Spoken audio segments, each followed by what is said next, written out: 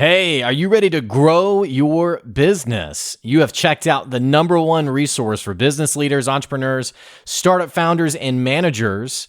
And we're going to teach you how to grow and scale your business with real actionable steps. There's no fluff in this podcast. It's just good advice. Check out this episode. If you're a first-time listener, make sure you subscribe to the podcast.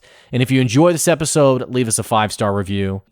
On today's episode, we have Jackie Hermes, who's the CEO and founder of Excelity Marketing. You can find out more at excelitymarketing.com. She's also the host of the Art of Entrepreneurship Podcast. She's also incredibly active on LinkedIn. And since you know that I love good, tangible, practical advice, you can trust me when I say that she is one of the best sources for your entrepreneurial journey, not just on the podcast, but with the daily content coming at you on her LinkedIn profile. Make sure you check out all relevant links in the episode description below. Here comes your good advice.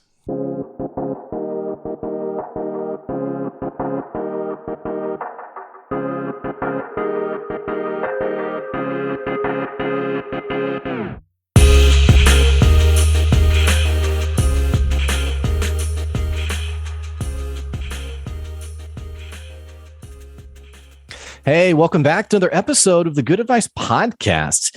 One of my favorite parts about this podcast is, you may be someone who you're running your business and you're thinking about, first of all, wow, this is really hard. And second of all, you're probably thinking like, okay, what do I not know? Like this journey is so much more complicated once you're in it, as opposed to really how people talk about it. Well, on today's show, we have a very special guest. Her name's Jackie Hermes. She's on the podcast. She's the CEO and founder of Excelity Marketing.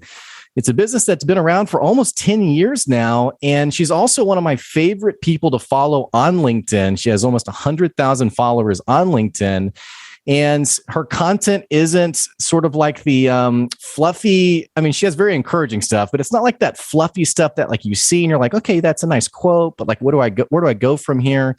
Post a lot of content on like the actual mechanics of running your business, things you need to know about your business. And also she runs her own podcast that is over 70 episodes. It's called The Art of Entrepreneurship. And that's a podcast that's uploaded 3 times a week. And I'll be sure to put that podcast in the episode description. Jackie, it is so amazing having you on the podcast today. Thanks for joining us. Excellent intro. Thank you. I think we have a very similar message and similar audience. So this is going to be an amazing chat. Well, I've checked out your podcast. I always got to give love to a fellow podcaster because it's like your hair's already on fire. You're already running a business, and it's like, oh yeah, right. And I need to upload. But you're a lot smarter than me because your podcasts are all under 10 minutes. Meanwhile, I'm a rambler, and so my podcasts tend to stretch. And I'm like, this is insane trying to keep this updated 3 times a week, but. I checked out the podcast and I loved your intro. The first line was, running a business is freaking hard. And I was like, yeah, that is true. So I credit to you. And like I said, welcome to the podcast today. Thank you. Can you hang on one second? I'm so sorry. It's cutting out a little bit. Can I switch my networks really quick? So it'll be way better quality. No issues. Yeah.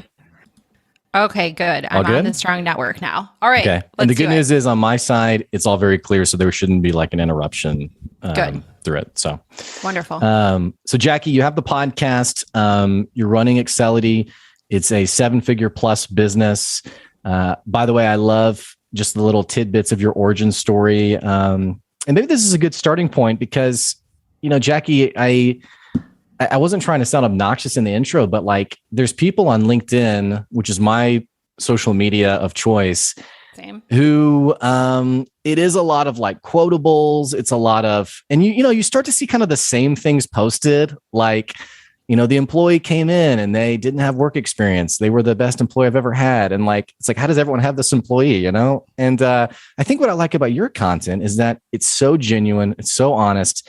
And you share a lot about your origin story. That's frankly, it's, I appreciate it because I think it's very honest, but it's very different from what a lot of people are posting. Tell me about, your life for you on LinkedIn. What's the thinking there?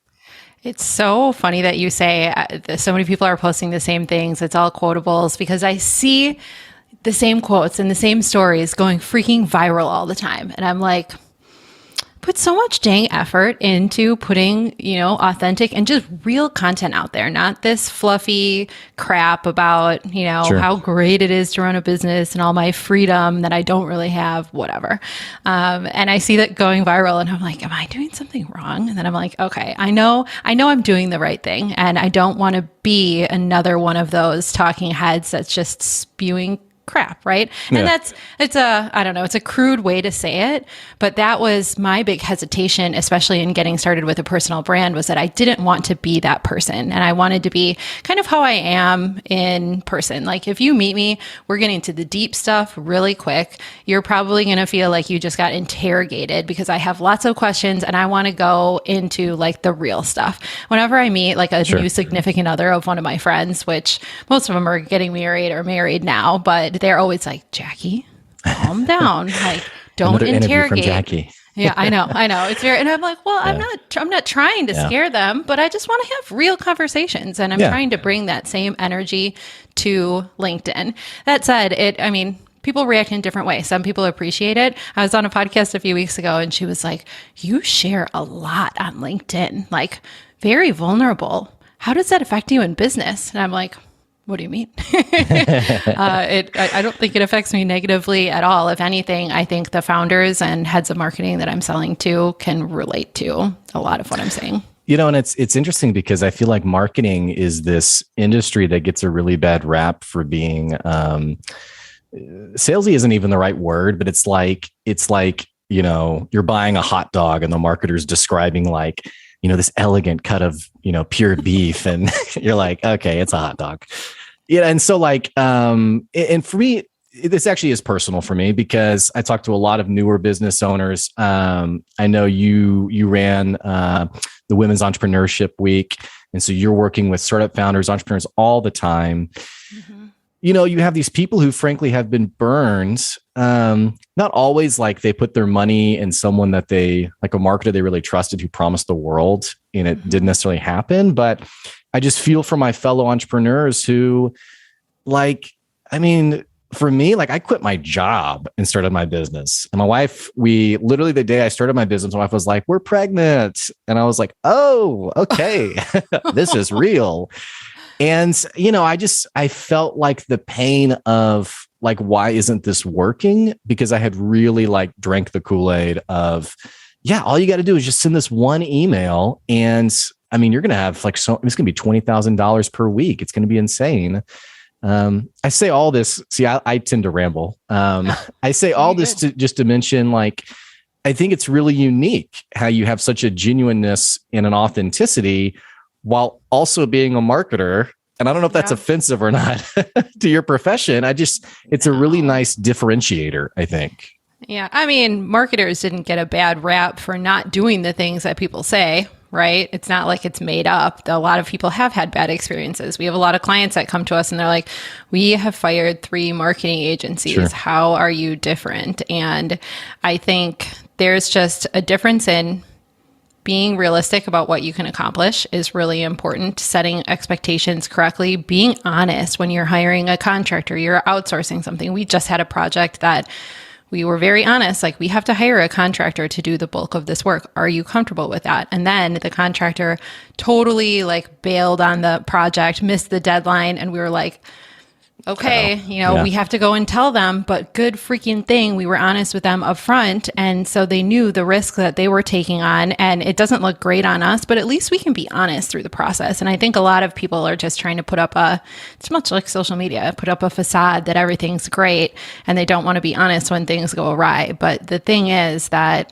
when things go wrong, if you can be honest and work through it, your relationships can often come out even better on the other end, but people are too dang scared to even have the conversations and work through the issues. So it's not offensive at all. That's exactly what I'm trying to do.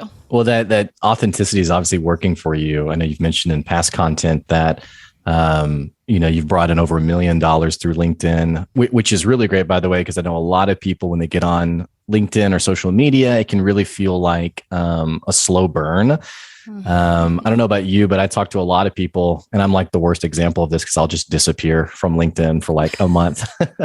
And you're credit to you. I have so much admiration for people who are posting consistently, but all this to say, you'll have someone who they're like, yeah, I want to do LinkedIn, and they post for like 3 days and they didn't bring in like a ton of money. And they're like, LinkedIn sucks. Like, why did I waste time on this? Or, so obviously it works, and you have your tribe that really appreciates your messaging.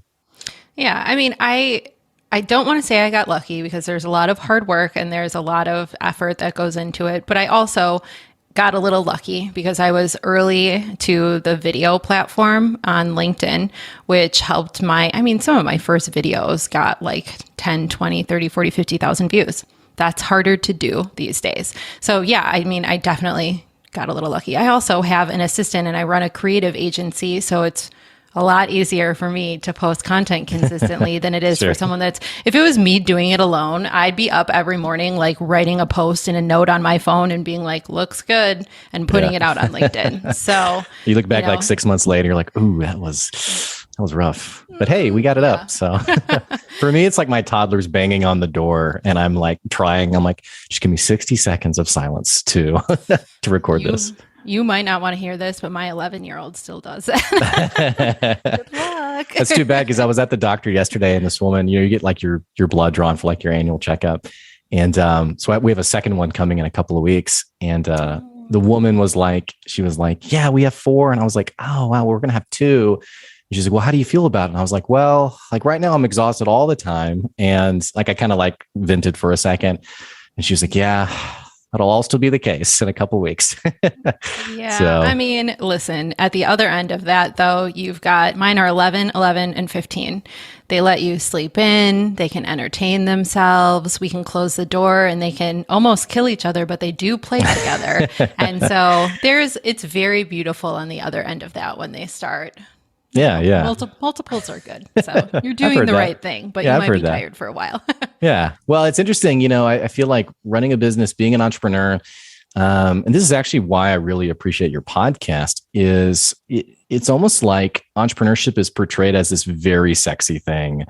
Like actually, I was talking to a young guy who he was like, I just so badly want to be an entrepreneur, which is weird because entrepreneurs we don't talk about like, I just want to be an entrepreneur. It's like, oh, I want to run this business that does this service or what have you. Mm-hmm. So he's like, I just want to be an entrepreneur. And I was like, okay, well, what do you think that means? And he's like, oh, I mean, you sleep in as late as you want. No one tells you what to do. I mean, it's awesome. I was like, wow, okay. Well, that's not true. Yeah. The funny thing, like, I don't have a boss and I haven't had a boss for years, but I have many bosses, right? My employees hold me accountable. I have a business coach. I have a lot of freaking people that I'm accountable to, even more, and probably a higher pressure situation than when I had a boss. So, and sleeping in, I mean, I sleep in on the weekends sometimes. That's fun. But half the weekdays, I mean, I was writing LinkedIn content I got an idea at 11:45 when I was trying to go to bed last night. And so I'm up writing LinkedIn content after midnight and, up at meetings at 8 a.m. That is entrepreneur life. It's not the beautiful thing that people make it look like on Instagram. Sure. Well, mentioning, bosses and your employees, I know another thing that's been really important for your business is transparency for how your business runs. Yeah. And you probably know as best as anyone that, culture is such a buzzword. It's not uncommon that people, you'll have like I was in a business, for example, where they had our values on the wall. And it was like an HR person I was talking to. And I was like, oh, that's really cool. And she was like, some marketing company put that up. Like no one had any context with it. But I know for you, it's not uncommon for you to interview your employees on LinkedIn, for your employees to be encouraged to have their own sort of personal brands, which I know there's some business owners are petrified of that idea because it's like, what am I... it's like when I go through Chick-fil-A, which gets so many accolades on like culture. And I go through the drive-through and I'm like, hey, so like, do you really like it here? It's like, because I'm just curious, right? But so you're actually having your employees, you're giving them a microphone, so to speak. I don't think you're in the background, like, threatening their job. And so what's been the process of like, I guess, how did you get to the point of being so comfortable with their, it's not even so much autonomy, but just like their voice being transparent, them sharing their perspective. I think it says a lot about how you probably run your business. I'd love to hear more about that. I mean, at the end of the day, I think all of us have to realize that every single person has their own voice and they're going to say what they want to say regardless of whether you let them do it, right? There's new websites coming out where employees can anonymously talk about what it's actually like to work at a company. There's review sites like Glassdoor. I mean, we've got overwhelmingly positive Glassdoor reviews, and we've got a couple people that didn't freaking like working at the company, and they sure did let us know. And that is it's going to happen. Yeah. So it's like, why just let people do it? They're going to hate you. They're going to end up not liking you if you try to take away their voice. And I think the power, especially now, is moving so much more into the hands of employees, as it should be. I remember working in corporate and I was like, what in the world is this? Like, I'm getting paid like crap. I'm getting treated poorly. My boss makes me cry every week and I'm not a crier. And I was like, what is this? This is not what I want to do in my life. And so I'm just trying to do something different, right? And it's just like with parenting. I was telling my daughter last night, like, I'm not perfect. I'm learning too, right? This is the first time I've really built a company like this. This is the first time I've parented my teenager. I'm learning right alongside everyone. So I think it's really important to have that open communication, the feedback, encouraging our team members to give feedback throughout the team, to give feedback up, which is scary. And it's very hard for people to do. They don't want to do it because no one wants to get fired or be retaliated against when they say something negative. So it's like, it's a really interesting challenge to try to figure out how to make all of that happen. And I think just the more honest you are about it, the better. Like we have two main departments in our company, and we've had some turnover happening in one of them. And we called a meeting a few weeks ago and we were like, clearly everyone can see that this is happening, right? So let's talk about it. Like, if there is one job in this company that's really freaking hard and people are leaving it, why is that? I want to hear from other people in the role. I want to hear from people that work with them. I want to hear from their clients. And it's like, I don't know. I think it's so silly that companies just try to act like this stuff isn't happening, or they try to take away an employee's voice on social media or force them to spew the company lines. I don't know. It's crazy in my mind. I posted something a couple of weeks ago, and I don't even remember what it was. It's funny because, like, I joked about like the kind of toxic optimism. Like for me, I'm like trying not to be overly cynical of like, another news story. I'm just like, oh, and I work a lot with like in like the management space. And so I'm like, oh, great. Another story of a boss who abused their employee. And so I'm trying to like, put a bit of a gauge on that. But I posted something and someone DM'd me and said, hey, I can't comment because my employer would, whatever, put me on probation or what have you. So I think you're totally right. Yeah. Like there's bosses who, and I think it's interesting too, we talk about how important candor is, and then you talk to employees and they're like, oh no, I can't say what I can't say what I think. So I think you're right on for sure. Do you think, something else I was thinking about as I was listening to you is, I don't know about you, but I talk to a lot of business owners, and this is myself included, where, it's hard to sometimes have like the emotional, I don't know if it's fortitude or like the resiliency when it comes to being an entrepreneur, because you're always dealing with highs and lows. Or like, I feel like I'm a good boss. And then you talk to someone who worked for you. And I had a guy who was like, yeah, you were probably the worst boss I ever had. And you're like, oh, okay, well, a simple, no would have worked. But you hear stories like this, and it's hard sometimes not to like play that over in your head. Or you have a customer who is like, yep, didn't like working for you, like working with you at all. You're a business owner who's managing people. It's a post-COVID world, hopefully. I know your business, like many others, had a drop in revenue because of COVID.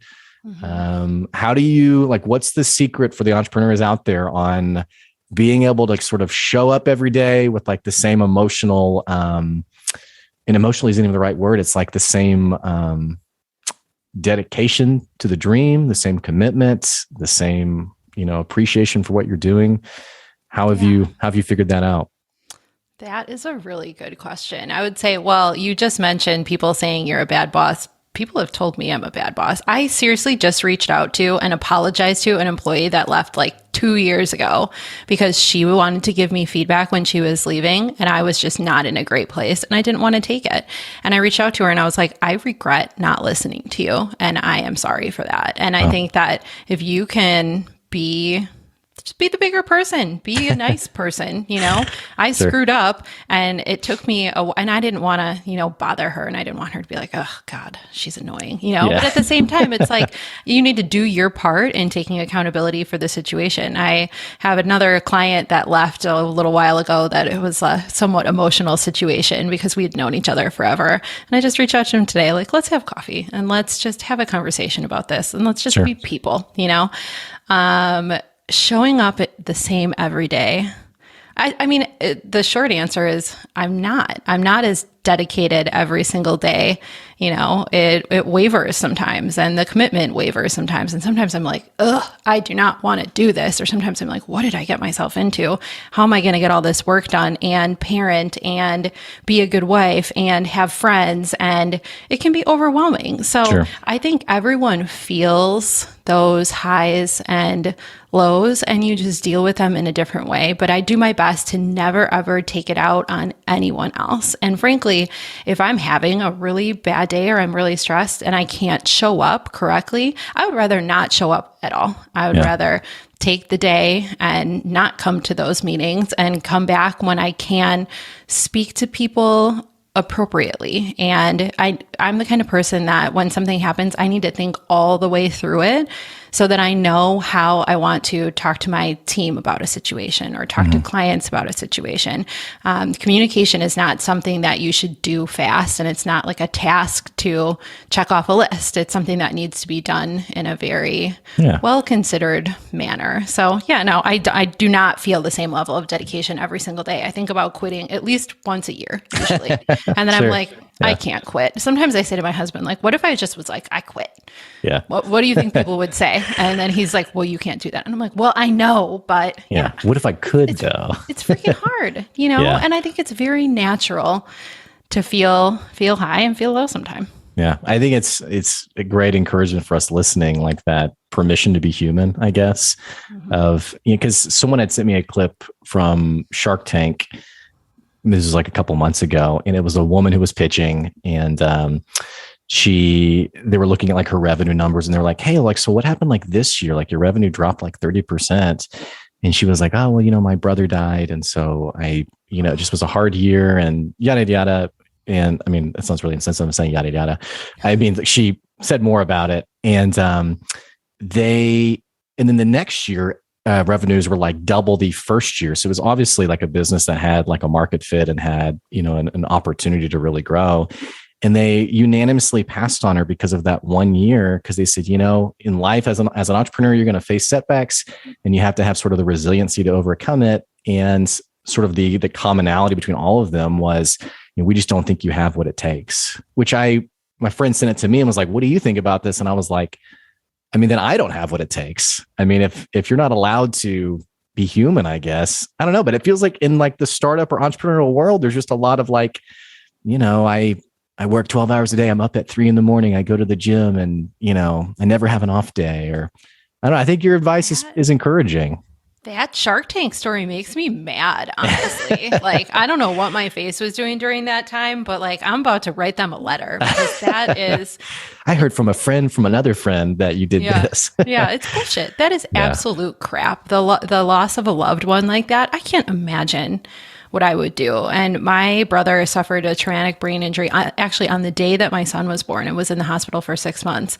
And I was not okay during that time with a newborn baby and my brother in the hospital. And my company showed it, and that's called being human. We're not freaking robots that are like, oh no, personal loss. Okay, back to work. Like, that's just not how it works. Ugh, that's annoying. Yeah. No, that's a great perspective. And just looking at the time, this is already going by so fast. I know we're towards the end of our conversation. Speaking of Shark Tank, speaking of like sort of like the entrepreneurial world, the startup world in particular, one thing I like about your business is that you totally bootstrapped it. And I think that's admirable because I don't know from your perspective, but a lot of conversations I have with startup owners on the next steps for their business is, okay, well, like we're going to, the biggest focus right now is like a pitch deck. The biggest focus is finding investors, which I don't begrudge anyone, finding investors, but it's interesting how in the startup world, it almost feels sometimes like there was more appreciation for having investors in a good pitch deck rather than actually having a product people want, like actually having a meaningful business. I'd love to hear a little bit more about your startup journey, if you're willing to share. I think that you are on point there. And I mean, a lot of companies that are in backed by investment grow without even really making money, which is kind of crazy to me. You can't bootstrap and grow that way. I mean, I didn't even think about raising money, to be honest. I've never taken out any debt for the company, which is kind of stupid, actually. Like I have a line of credit that anytime we're tight on cash, I'm like, I really don't want to use my line of credit though. Why? Sure. I don't know. I don't consider myself a super Midwestern person, but in that specific area, I am a Midwesterner through and through. I don't like having a lot of debt, and I wanted to see if I could build a company solely using my money and the cash that I made in the company. And I think the thing with bootstrapping is it just takes longer to grow. Right. Because if I had $1 million, there's plenty that I could do with it. I'm sure I could come up with a plan in like the next hour of how I would spend $1 million. But however, I've never had $1 million. So yeah, right. I think that it makes every single decision all that much more important. Every single hire is all that much more important because when you make mistakes in those areas, they cost you time and money, and they can be really, really painful for the business. So it took us 4 or 5 years until we hit $1 million, until we started like really making money. Mm-hmm. And to be frank, looking back at the journey, I probably should have thrown in the towel like 3 or 4 times in between the start and when we really started making money. Because it's like, is draining every dollar you've ever made out of your savings to make payroll a good idea? Well, maybe not. But, it ended up paying off. And that said, it was very, very stressful at that time. And I had my son, who was a baby when I started the company. He's now 11, so almost 10 years ago. And then I have 2 daughters that I adopted, or that are adopted as well. And so just going through all of that personal stuff while trying to bootstrap a company it's freaking hard. It is absolutely not for the faint of heart in any way. Yeah. Well, like I mentioned at the start of this episode, I was at my annual checkup at the doctor yesterday, and she was like, are you stressed about anything? And I was like, pretty much like all the time, I mean, yeah. Is that normal? Everything. But like when you bare your soul to someone and you can tell they like weren't ready for it. And so there's like the awkward, like, oh, okay. Yeah, that's pretty much what happened. I was like, yeah, I'm stressed all the time. I got this toddler, I got another kid. And she was like, yeah, well, so like, what else is going on? I was like, well, yeah, I kind of just dumped on her. So, oh God. But, I do that to my therapist all the time. And then I swear to God, she's noting in her head, like copes with humor. And yeah. I for sure do. For sure. Yeah. Well, but here's what's really great is the podcast has had so many just amazing people on who have a similar story to you in the sense of like, it's a 10-year journey with the business. They talk about how painful and, sometimes miserable, like those first 4 or 5 years are. Mm-hmm. And for me, as someone who's like just in year 4, hearing these stories, it's relieving to me because for me, like going into year 3, I mean, I was the guy thinking like, yeah, I'm going to be a mega millionaire like month 6. I mean, it's going to be awesome.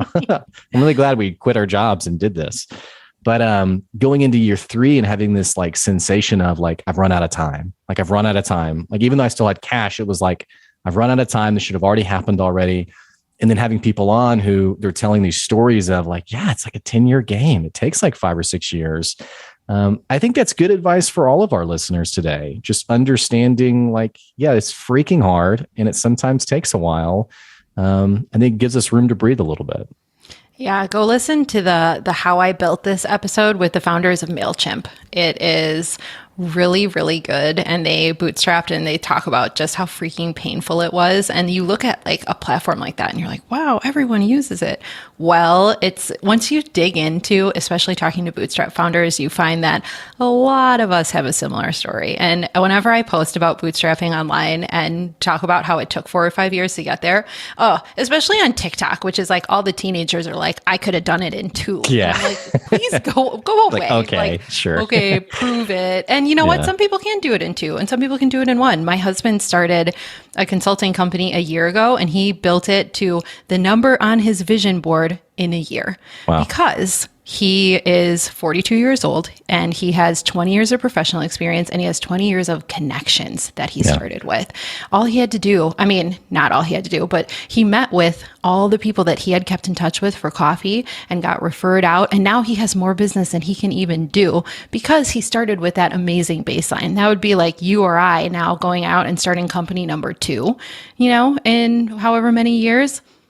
Think about how much easier it would be. So don't you feel like, sorry, go ahead.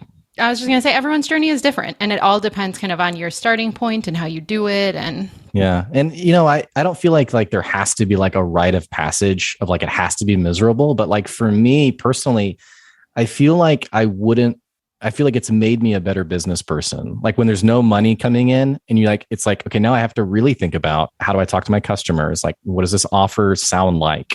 Like, it's totally clear in my head, but is it totally just like, what do you do? Like, what is this?